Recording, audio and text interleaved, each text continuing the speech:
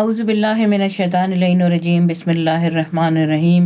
الحمد للہ رب العالمین والصلاة والسلام علی اشرف الاولین والآخرین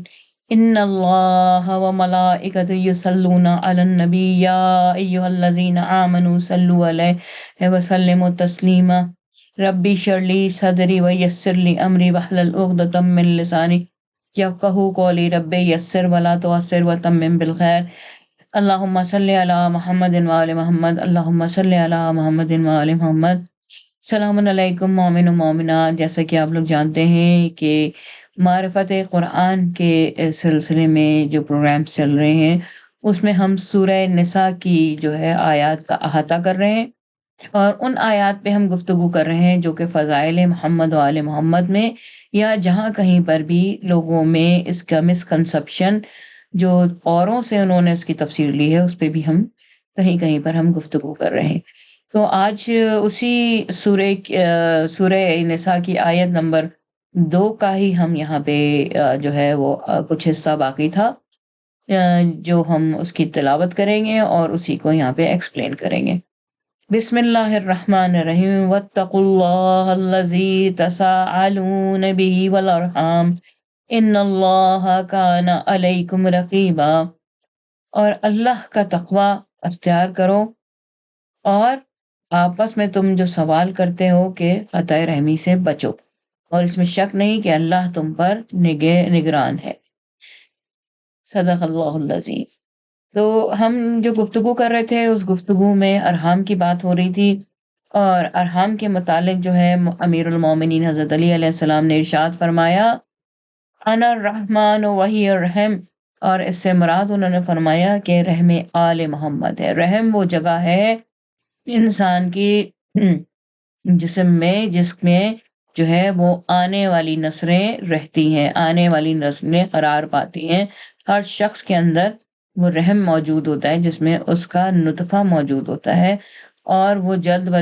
بدیر اس دنیا میں آنے والا ہوتا ہے۔ تو یہاں پہ امام محمد باقر علیہ السلام سے کتاب کا نام ہے مصحف الکریم، جس میں امام سے نے فرمایا کہ جس شخص نے قطع رحم کیا، یعنی کہ رحم کو، اپنے تعلق کو ختم کیا۔ رحم کا تعلق ہوتا ہے یعنی کہ ماں باپ سے جو بچے پیدا ہوتے ہیں ان کا آپس میں، بہن بھائیوں کا اور ان کے اور رشتہ داروں کا آپس میں اس رحم کے ذریعے سے ہی رشتہ داریاں ہوتی ہیں۔ تو جس نے قطع رحمی کی یعنی اپنے قریبی رشتہ داروں کے حقوق ادا نہیں کیے، اگر اس نے حضرت محمد صلی اللہ علیہ وآلہ وسلم کے رحم سے تعلق جوڑا اور اپنے رحم کو اس نے قطع کر دیا، یعنی کہ اپنے والوں کو اس نے چھوڑ دیا، اپنے والوں کو جو ہے اس نے قطع تعلق کر لیا، ان کے حقوق نہیں ادا کیے، لیکن اس نے نبی اکرم صلی اللہ علیہ وآلہ وسلم کے حقوق کو، ان کے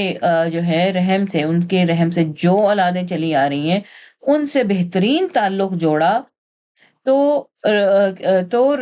حضرت محمد مصطفیٰ صلی اللہ علیہ وسلم اس کے ذل ارحام سے اس کی شفاعت کریں گے، یعنی کہ اس کے ماں باپ کی طرف سے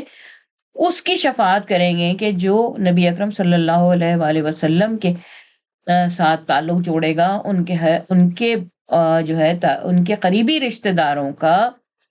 جو ہے وہ اجر رسالت دے گا، تو وہ کیا ہوگا کہ اس کے لیے رسول اللہ صلی اللہ علیہ وسلم اس کے ماں باپ کی طرف سے اس کی شفاعت کریں گے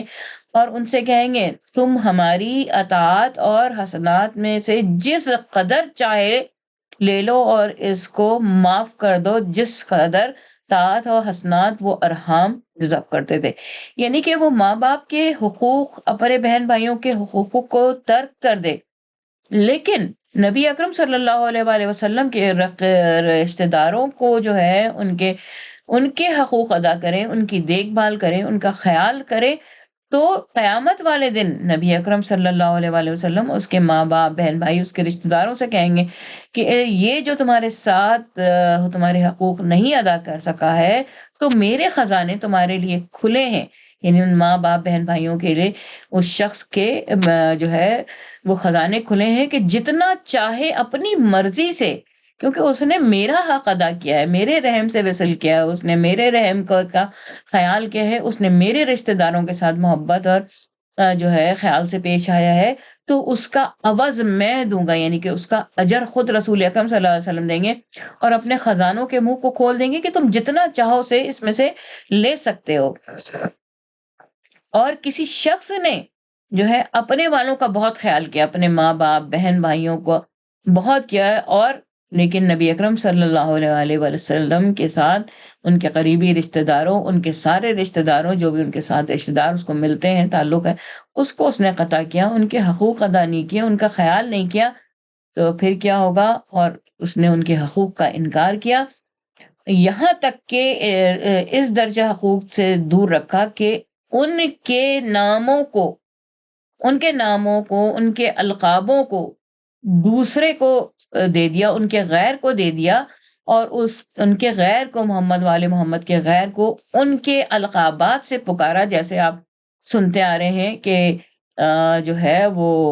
خلیفاؤں کے لیے امیر المومنین کا لقب لگایا گیا، جبکہ آپ دیکھیں کہ ہمارے تمام اماموں کے نام کے ساتھ امیر المومنین نہیں لگتا ہے، سوائے حضرت علی ابن ابی طالب کے، کہ خود رسول اللہ صلی اللہ علیہ وآلہ وسلم نے ان کے لیے امیر المومنین کا لقب جو ہے وہ اللہ کی طرف سے انہیں گفٹ ہوا، اور رسول اکرم صلی اللہ علیہ وسلم نے وہ تاج ان کے سر پہ رکھا۔ تو آپ دیکھ سکتے ہیں کہ ان کے القابات، ان کے نام، غنی کا نام دیکھ لیں، غنی ہے، ٹھیک ہے، اور آپ دیکھ سکتے ہیں صدیق اکبر، یہ نام سارے جو ہیں وہ حضرت علی علیہ السلام کے ہیں، اور خود ان پہ انالیسس آپ کریں گے تو آپ دیکھیں گے کہ کون ان القابات کو ڈیزرو کرتا ہے۔ ہسٹری آف امام علی علیہ السلام اگر آپ اسٹڈی کریں، دیکھیں، تو آپ کو پتہ لگے گا کہ یہی وہ شخص ہیں جو صدیق اکبر ہیں، جن کے لیے کبھی شائبہ بھی نہیں کیا جا سکتا کہ انہوں نے جو ہے کہیں پر جھوٹ کا سہارا لیا ہو۔ اسی طرح سے جس نے کبھی زندگی میں جو ہے جھوٹ کی طرف توجہ ہی نہیں دی، جس نے، تو کیسا ہو سکتا ہے کہ وہ اس کا لقب صدیق اکبر ہو، اور جو ساری زندگی آلودہ ہو اور بڑھاپے میں آ کے اسلام قبول کیا ہو، تو ایسا کیسے ہو سکتا ہے کہ وہ صدیق اکبر بن جائے؟ اور 4-6 برتن جو ہے وہ جیسے ٹوٹے پھوٹے جو بھی تھے وہ دے دینے سے غنی نہیں ہو جاتا، غنی دینے کے لیے شام کا خراج، جو حضرت سلمان کی حکومت کا جتنا خراج جو تھا نا شام کے، وہ انگوٹھی جب زکوٰۃ میں دی جاتی ہے تو غنی بنتا ہے، اور اگر کوئی دیکھ کے غنی بنے اور 150 انگوٹھیاں راہ خدا میں بانٹ دیں اور انتظار کرے کہ آیت نازل ہوگی، تو ایسے آیت نازل نہیں ہوتی ہے۔ آیت بھی شان کے حساب سے نازل ہوتی ہے، اگر کسی کی شان ہوگی تو پروردگار عالم اس کو اس شان کے قابل سمجھے گا تو آیتوں کا نزول کر دے گا۔ دیکھا دیکھی کے اعمال سے شاید ثواب تو مل جائے، سمجھے، کچھ حصہ جو ہے عمل میں درست جو ہے وہ کاؤنٹ ہو جائے، لیکن حسد کے حساب سے اگر بانٹا جائے تو وہ حضرت سلمان کی حکومت کا خراج جو ہے وہ انگوٹھی تھی جو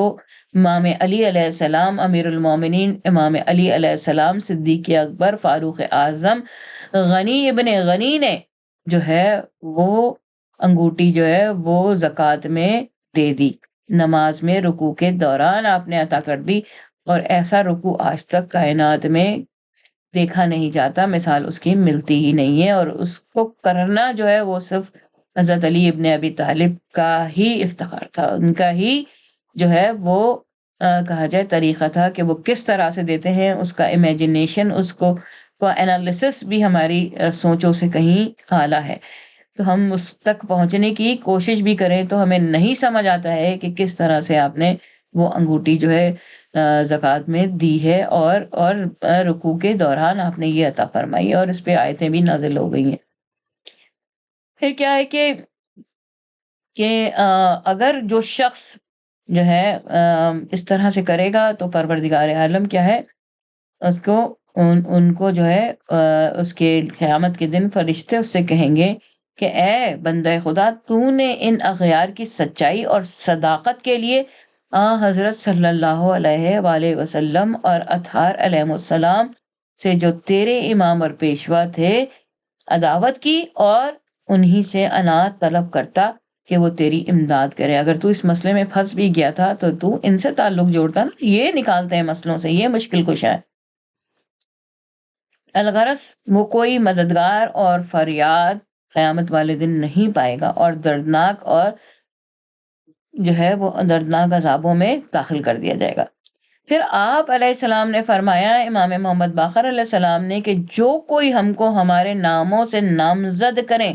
اور ہمارے القاب سے ہم کو منقلب کریں، ہمارے دشمنوں کو ہمارے ناموں اور لقبوں سے موسوم اور منقلب نہ کریں، سوائے ایسی خاص ضرورت ہے کہ اس وقت میں ہم بھی اپنے دشمنوں کو اپنے ناموں اور لقبوں سے موسوم اور منقلب نہ کریں، سوا ایسی خاص ضرورت کے لیے اس وقت میں ہم بھی اپنے دشمنوں کو اپنے ناموں اور لقبوں سے نامزد اور منقلب کرتے ہیں۔ ایسے شخص کے لیے اللہ تعالیٰ قیامت کے دن ہم سے فرمائے گا کہ تم اپنے ان دوستوں کے لیے مجھ سے اس چیز کی درخواست کرو جس سے تم ان کی مدد کرنا چاہتے ہو، تب ہم ان کے لیے اللہ تعالیٰ اور اس چیز کی خواہش کریں گے جس کی عظمت اور شان کے آگے تمام دنیا ایسے معلوم ہوگی جیسے تمام آسمان اور زمینوں کے آگے رائی کا ایک دانہ، اور اللہ تعالیٰ ان کو وہ چیز عطا فرمائے گا اور ان کے لیے اس کو چند در چند زیادہ کرتا چلا جائے گا۔ اور جلال الدین سیوطی اہل سنت کے بہت بڑے عالم ہیں، وہ اپنی کتاب سیوطی الاحیاء میں 23ویں حدیث میں ذکر کرتے ہیں کہ رسول اللہ صلی اللہ علیہ وسلم کا سلسلہ نسب و حسب کبھی نہ ٹوٹنے والا ہے، یعنی قیامت کے دن بھی یہ نسب منقطع نہیں ہوگا۔ اس دن سب کے جو ہے نسب منقطع ہو جائیں گے، لیکن رسول اکرم صلی اللہ علیہ وآلہ وسلم کا نسب منقطع نہیں ہوگا، اور قیامت کے دن لوگ اپنے ماؤں کے نام سے کے ذریعے سے محشر میں پکارے جائیں گے، جبکہ رسول اکرم صلی اللہ علیہ وآلہ وسلم اور اولاد علی جو ہے وہ حضرت صلی اللہ علیہ وسلم کے نام سے پکارے جائیں گے۔ تو اسی کے ساتھ مجھے اجازت دیجیے۔ یا اللہ ہمارے گناہان کبیرہ اور صغیرہ کو بخش دیں۔ پروردگار جو لوگ مرحومین ہو چکے ہیں حضرت آدم سے لے کے آج تک، ان سب کو جوار مولا امام حسین علیہ السلام میں محشور فرما دے۔ پروردگار عالم جو لوگ اپنے